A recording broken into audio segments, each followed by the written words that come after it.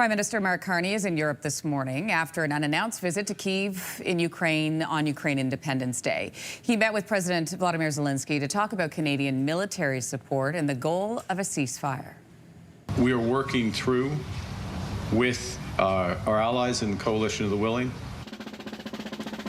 So after the meeting, the two leaders held a joint press conference sharing more details of Canada's support for Ukraine. Prime Minister Carney says he has not ruled out putting Canadian soldiers on the ground in Ukraine as part of a security guarantee. Joining us from Kingston this morning is CTV News military expert, retired Major General David Fraser. Good morning to you. Lindsay, good morning. So this isn't new support being announced from the Prime Minister, but we are learning more details of what that support actually looks like. Can you walk us through what we now know about the aid package Canada will be providing to Ukraine? Well, we had a very clear message from our Prime Minister yesterday that Canada is there to support a ceasefire. It's support a pathway for Ukraine to apply for NATO or the EU. Also that the funding is going to be there for drones, both here in Canada and Ukraine for them, vehicles, ammunition, and the fact that Canada is putting its flag in the ground to support Ukraine along with the other coalition of the willing. So this is a very clear, straightforward message of what Canada is going to do, and it should actually go to support what the European leaders are doing and, in fact, what Trump is doing. Prime Minister Mark Carney spoke in Sofia Square in Kyiv. Well, and while he was there, here's a bit of what he said. Let's take a listen.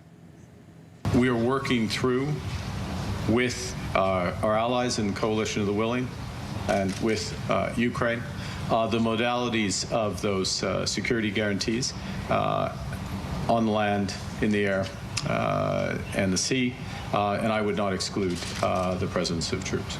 The presence of troops. I want to focus on that for a moment. So he does say having Canadian troops on the ground is a possibility. What could that look like? Well, it could look like trainers or actually troops that could be interposed between the two sides. But the whole idea of what security guarantees means is still the great unknown. We thought we might have gotten some more clarity between Putin and Trump, but we got no clarity. And even after Zelenskyy met with them. So at least Canada is stating that we're going to be part of that security guarantee.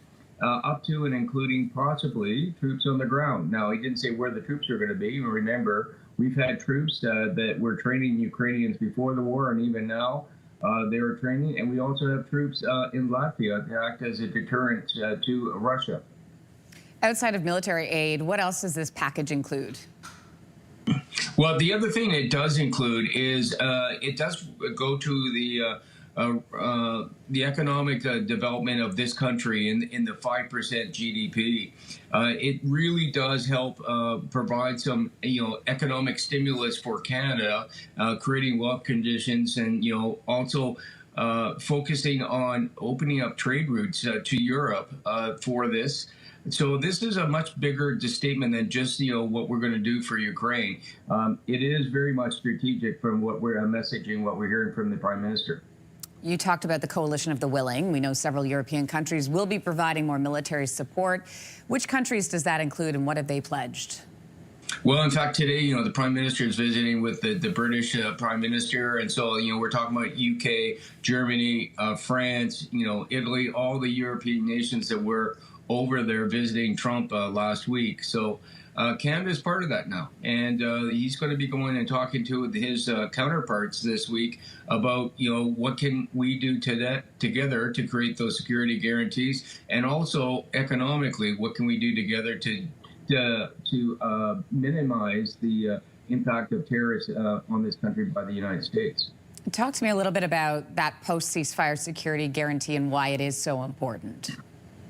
Well, the first thing is we have to understand is that Russia, Putin, wants all of Ukraine.